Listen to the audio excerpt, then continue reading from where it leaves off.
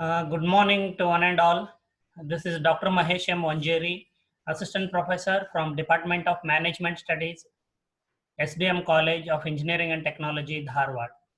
Okay, this online class is conducted for MBA Semester 4 students in the subject of Supply Chain Management. Today we are going to continue to discuss coordination in supply chain, chapter 10 from unit 6. So before we begin, let me just take a quick recap of what we have discussed so far. Okay, so we have learned lack of supply chain coordination results in what? Okay,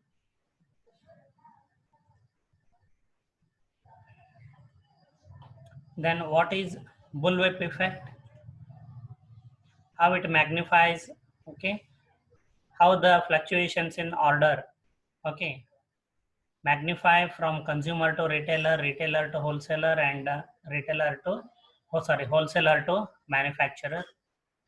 Then we discussed the reasons that bullwhip effect occurs. Okay, why bullwhip effect occurs in a supply chain, and then what is the effect of lack of coordination on performance of supply chain. Okay, so we have discussed. Okay, then we started the discussion on obstacles to achieve coordination in a supply chain. So what prevents, what prevents a manager or a company from achieving coordination in a supply chain? So we were learning these obstacles. So incentive obstacle, how it prevents a company from achieving coordination in supply chain, we have learned. Then information processing obstacles, we have discussed. Okay. Then operational obstacles. Okay. So this is what we were discussing. So I explained you till here up to large replenishment, lead times.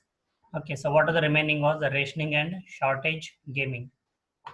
Okay, so let me quickly explain once again what are operational obstacles and how they prevent a manager from achieving coordination in supply chain. So when I say how an obstacle prevents a manager from achieving coordination in a supply chain, that means these obstacles create bullwhip effect in the supply chain. So what is the bullwhip effect? Okay, as the fluctuations in demand, okay, moves from, as the order fluctuations in orders move from consumer to retailers, retailers to wholesalers, and wholesalers to manufacturer, okay, the fluctuation is magnified, means it looks more than the normal fluctuation. Okay, so basically the manufacturer end up ordering for excess raw materials and will be left out with a excess stock of finished goods across the supply chain with the manufacturer, with the distributor, as well as with the retailer. And once the demand returns to normal, okay, so these stages of supply chain end up blaming each other. So regarding operational obstacles, so actions taken in the course of these activities are related to actions taken in the course of placing and filling orders that lead to an increase in variability. Okay. So we discussed about ordering in large lots. Okay, manufacturer. Okay, so while placing the order for raw materials, himself may place a larger quantity order for raw materials than the actual demand. It is so because the manufacturer wants to avail quantity discounts.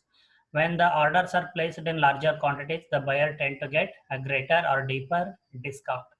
Okay, so assuming this the supply of raw materials may consider that there is an increase in demand and it is going to be permanent, and in turn he increases his production capacity and gears up to supply the excess demand that is coming in from the manufacturers. Then large replenishment lead times. So if the time taken to deliver an order is longer, okay, the buyer will tend to keep a larger inventory of goods. Okay, so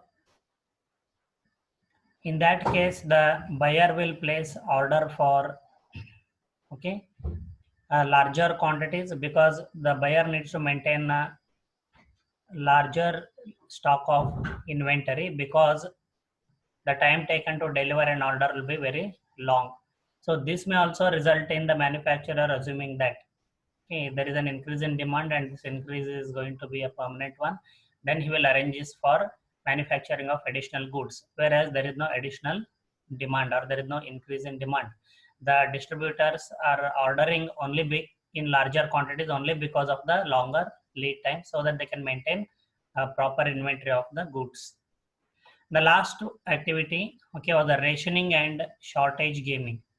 Okay, so when the supply is less and the demand is more, okay, so manufacturers resort to something called as a rationing.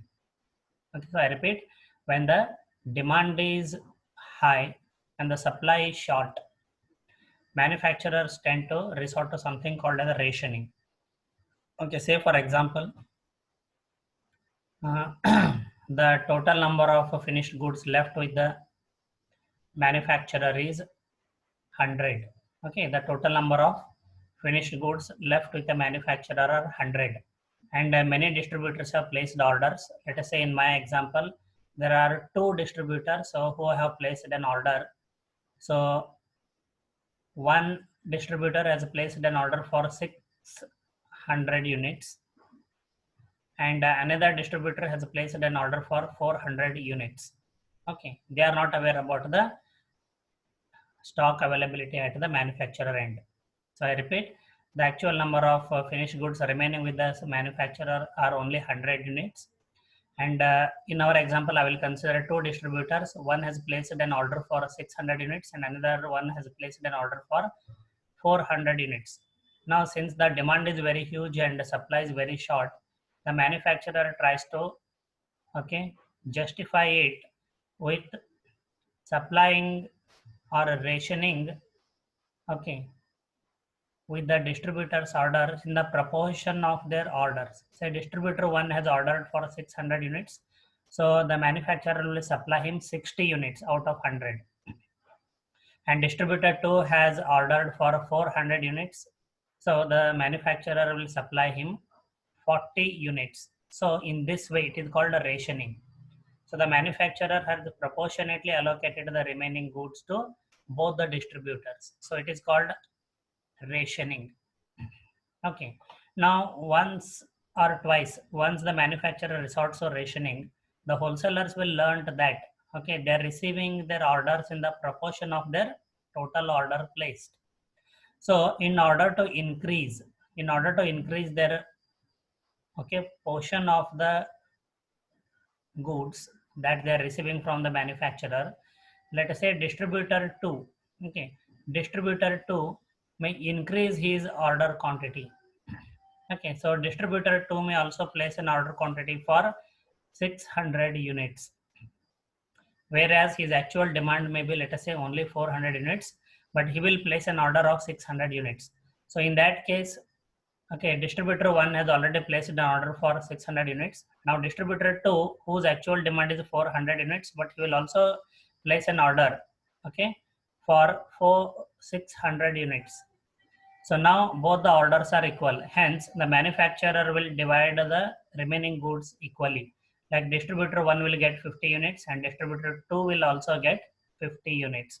So in this case, distributor 2 has received 10 units more than what he used to receive earlier.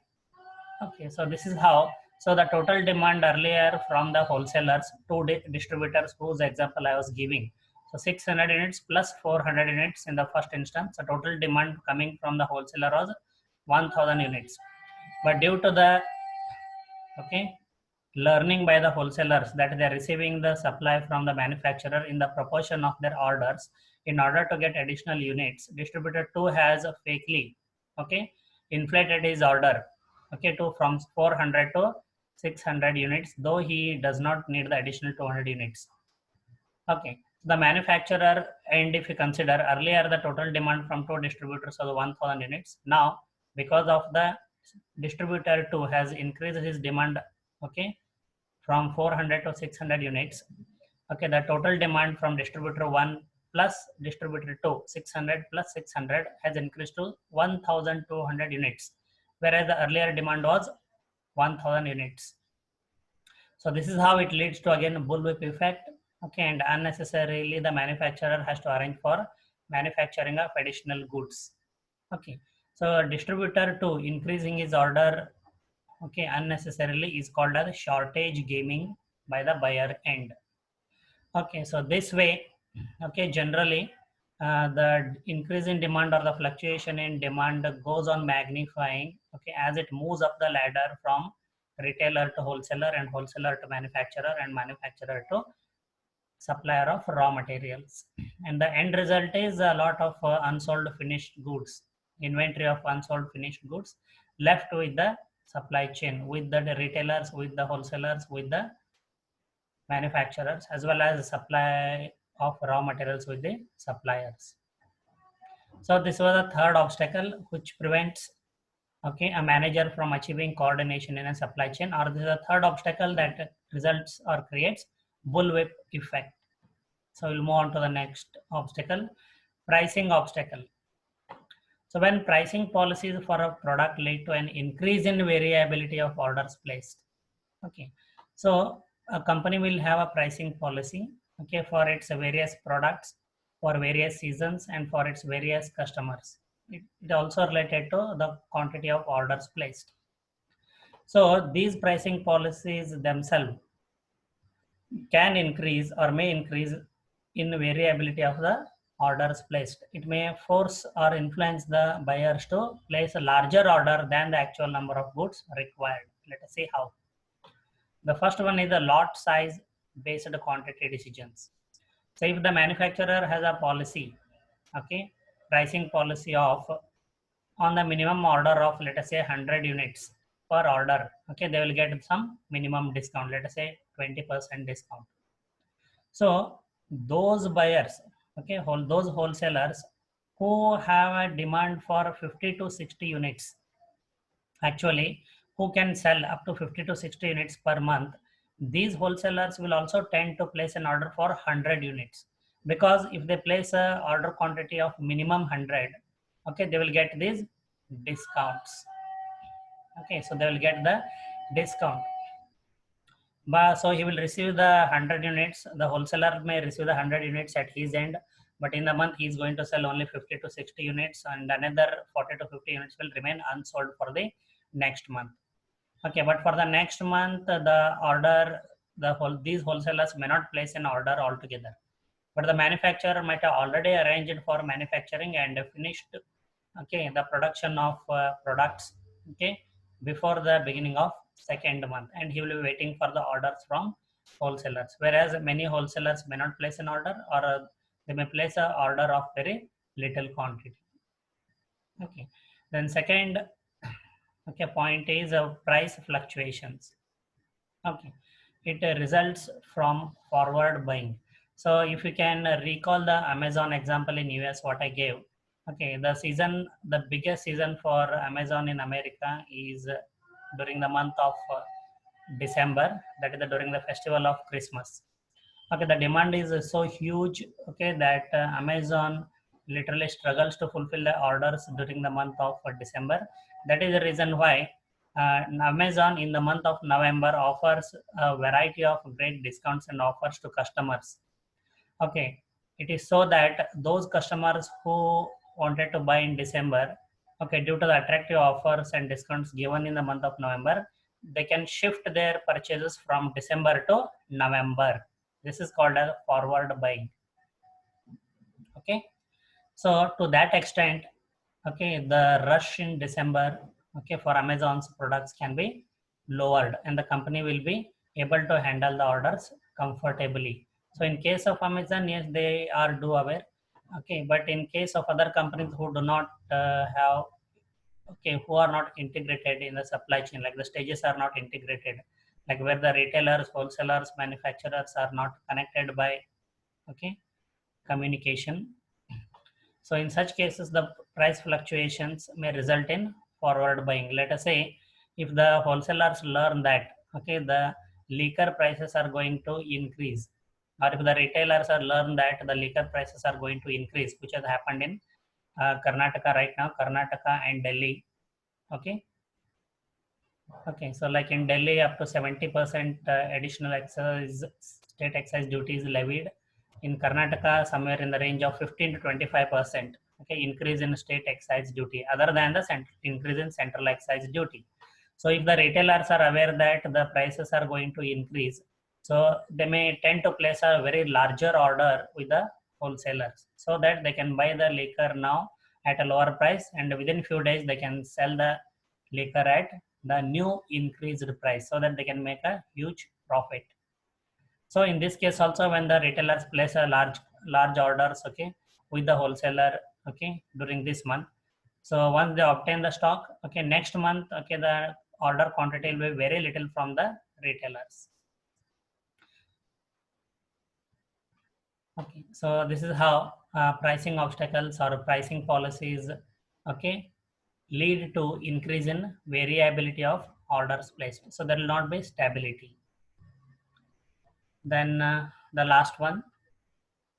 So after which I'll take a break. And if you have any doubts, you can ask and clarify. So this is the last one among the obstacles that prevent a manager from achieving coordination in supply chain. So behavioral obstacles are problems in learning within organizations that contribute to bullwhip effect. Okay, behavioral obstacles are often related to supply chain structure and communication between different stages. So please pay attention. Behavioral obstacles are often related to supply chain structure and communication between different stages. So each stage of the supply chain views its actions locally. Okay, so a retailer will consider only the situation, okay, surrounding him. The wholesaler may consider the situation only surrounding him. Okay, and the manufacturer may consider the situation only surrounding him. Okay, so each stage of the supply chain views its actions locally and is unable to see the impact of its actions on other stages. So when the retailers in the previous case, pricing obstacles, learn that the prices of liquor are going to increase in okay, few days, okay, immediately they may place a very huge quantity order with the wholesalers. Okay, so that they can buy the liquor at a present price, and later they can sell them at a increased price and make a huge amount of profit. Okay, though they don't have the actual demand, okay, but they are placing the order for larger quantities only to make profit. So this way, the retailers are viewing the actions locally, and they are not considering the impact of the retailers' large quantity orders on other stages, like a wholesaler. Okay, once the wholesaler or distributor receives the large quantity orders from most of the retailers, okay, so for next month also he will place a further larger, more larger order with the manufacturers, assuming that next month also the retailers are going to place a similar order. Okay, but what will happen next month? These retailers might have already purchased the maximum, okay, stock, which may last for 2 or 3 months, and the second month most of the retailers may not even place an order, but where and some retailers may place a very little quantity orders with the wholesaler, and so with the wholesaler a lot of unsold, okay, inventory is left. When similarly, when the wholesaler or distributor is placing a larger order for the month, the manufacturers will prepare the production schedule in such a way that next month also they can meet the same level of demand. But next month, the wholesaler will not place that huge quantity order because the retailers have not placed the similar order as like the previous month. So even with the manufacturer also, a lot of unsold inventory remains. So this is how each stage, okay, views its actions locally and is unable to see the impact of its action on other stages of supply chain.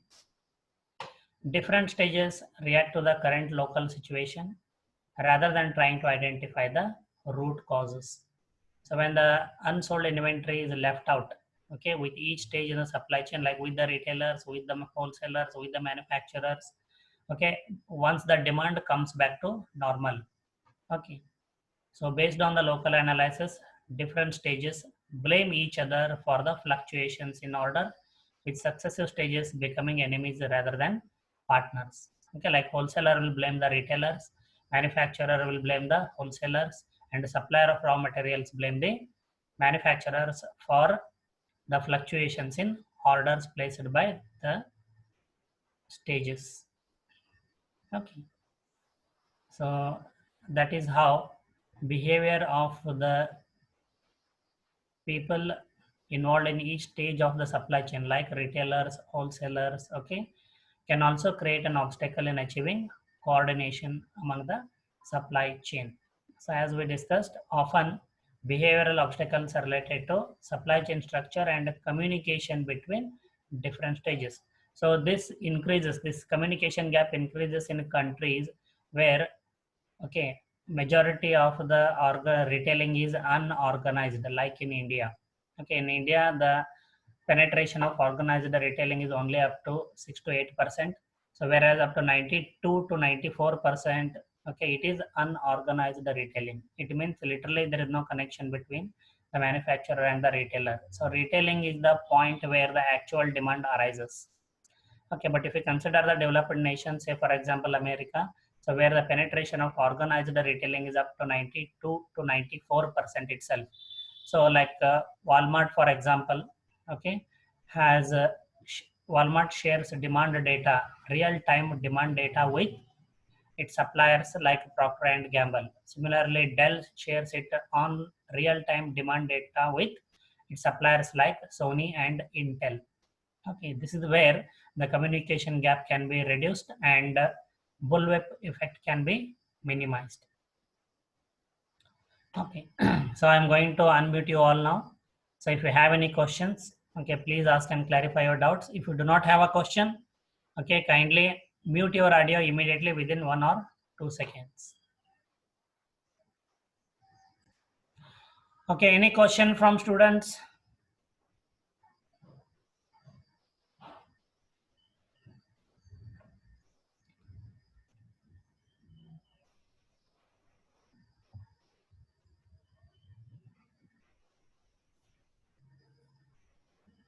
Okay, so it looks like there are no doubts from students end. Thank you, and I'll just move on to next part of the chapter or next part of the discussion. So far what we learned, okay, I'd like to remind you obstacles to coordination in a supply chain. So if a company is trying to achieve coordination in a supply chain, so what prevents the company from achieving coordination in a supply chain? So these were the obstacles, or these were the barriers. So incentive obstacles, information processing obstacles, operational obstacles, pricing obstacles, and behavioral obstacles. So we just learned how these obstacles, okay, result in and create, how these obstacles create a bullwhip effect, and how these obstacles prevent a company from achieving coordination in a supply chain. So if there are problems, there has to be solutions. So companies have hired managers, okay. So a job of a manager is to think and take decisions that can solve these problems, okay. Okay, manager's duty is to come out with the solutions, okay, which can help the company overcome these obstacles and achieve coordination in a supply chain. So now we are moving on to the solution part. These are the problems in achieving coordination. So now next part we are going to learn the solutions to these obstacles. So managerial levers to achieve coordination or solutions to the problems that we discussed in the previous part of the chapter. So I repeat, managerial levers means solutions to the obstacles that prevent a company from achieving coordination. So how a company can overcome the obstacles and achieve coordination in supply chain. So what are the strategies or what are the managerial solutions or levers? So in this part, we are going to learn how a company tries to, okay, overcome the obstacles that what we have learned and enable a company to achieve coordination in a supply chain. So managerial levers to achieve coordination in a supply chain.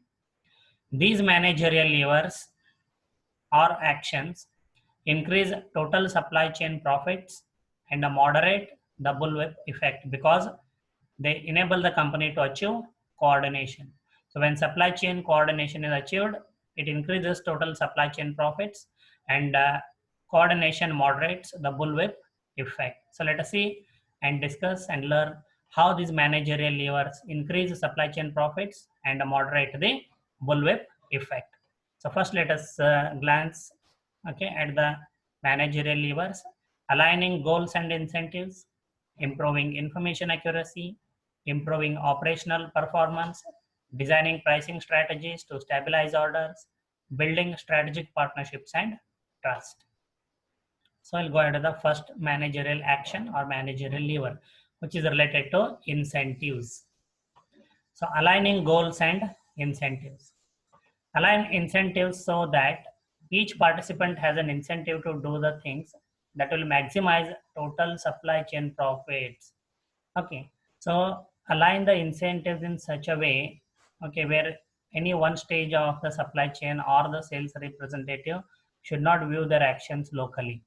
Okay, the policy of the incentives or the way the goals are aligned should be such a way that they should influence the stages of supply chain or the sales representatives to okay look at the overall big picture of the supply chain goals, thereby maximizing the total supply chain profits. Let us see how the company can achieve this goal of aligning goals and incentives, so that each participant has an incentive to do the things that will maximize total supply chain profits. The first thing is align incentives across functions. So if you can recall in the first obstacle of incentives, localization of incentives, we learned. So where a transportation manager will take decisions which can minimize only transportation costs, because his performance appraisal will be done or he will receive the incentives as long as he keeps reducing the total transportation costs. So therefore he may tend to choose a slower mode of transportation. So a slower mode of transportation will be more economical and brings down the cost of transportation. But slower mode of transportation, though it may result in lower cost, but it will increase the lead time. The time taken to deliver an order will increase. So that is the reason why buyers may tend to stock a huge level of inventory.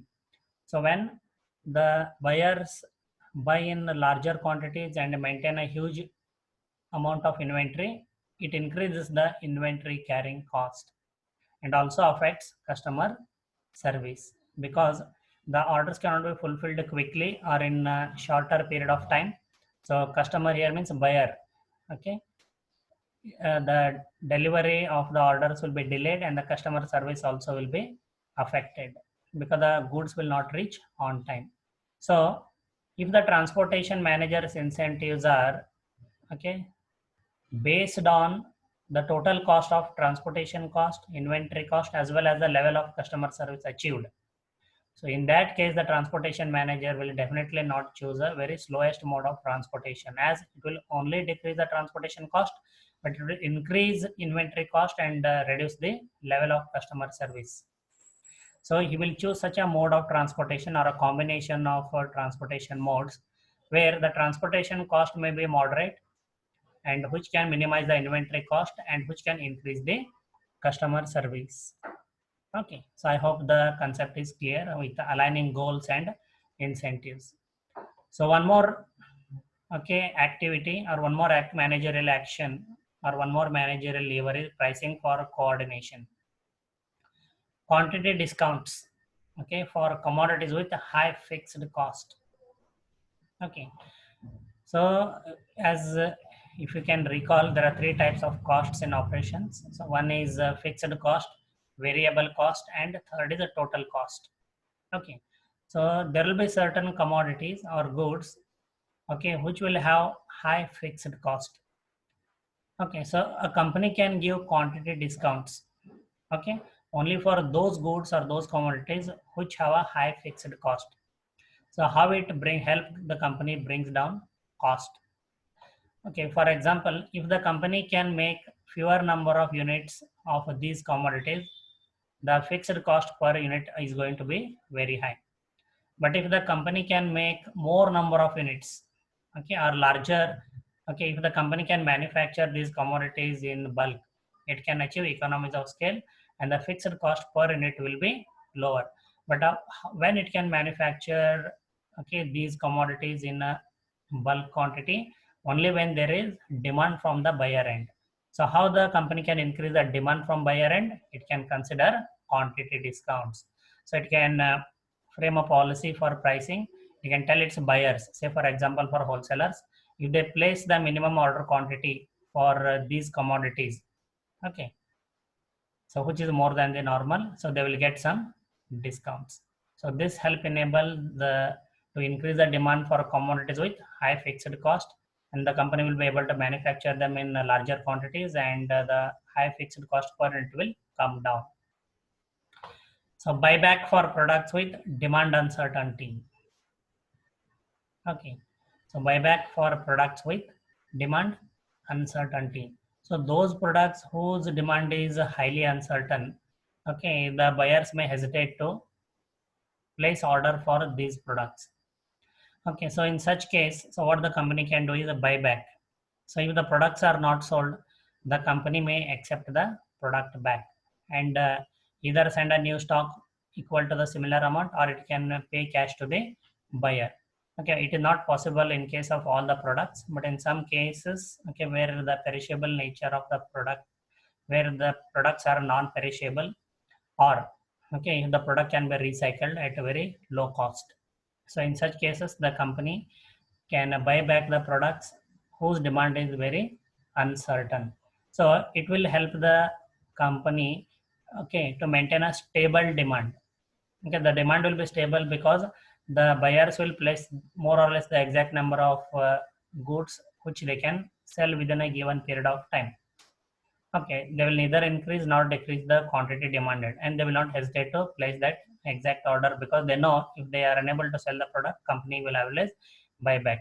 So newspapers are one example of such products. Okay, so if you are not aware, please know, if newspapers are not sold by the distributors, company buys back these newspapers, and easily we can make out why the company buys back the unsold newspapers. They recycle the same newspapers and use it as a paper for printing new newspapers. Then incentives based on sales over a rolling horizon. Okay. Say for example, if a company has a habit of paying incentives to sales reps or to wholesalers, okay, based on a monthly period. Say if you can recall, okay, if this month the orders placed by liquor retailers will be very huge. So if let's say for example, okay, just hypothetically, just consider that the wholesaler, okay, or the manufacturer has a policy of providing incentives for larger quantity orders.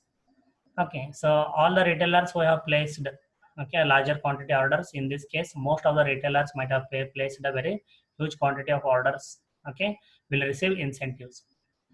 But what about next month? As I said, since they will have additional stock and the demand will normal come to normal, okay, and the goods will remain unsold in the retail stock, and the next month's order will be very little, or there may not be order from retailers. Okay, so this is the one of the reasons how bullwhip effect creates. So how the company can prevent this?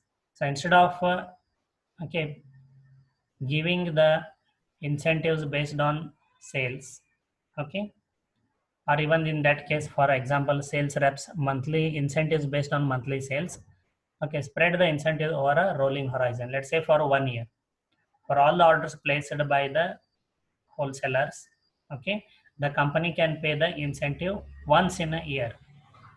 Okay, so in such a case, the wholesalers or retailers will not resort to fluctuate their orders. Even for the sales representatives, okay, their monthly sales may fluctuate, but if you can consider the sales for a given year, given period, or 1 year period, okay, so the incentive earned by him will be very fair. Then alter sales force incentive from sell in to the retailer to sell through by the retailer. So this is in case of organized retails. Okay, sell in is, okay, where the sales representatives, okay, sell to organize the retail chains,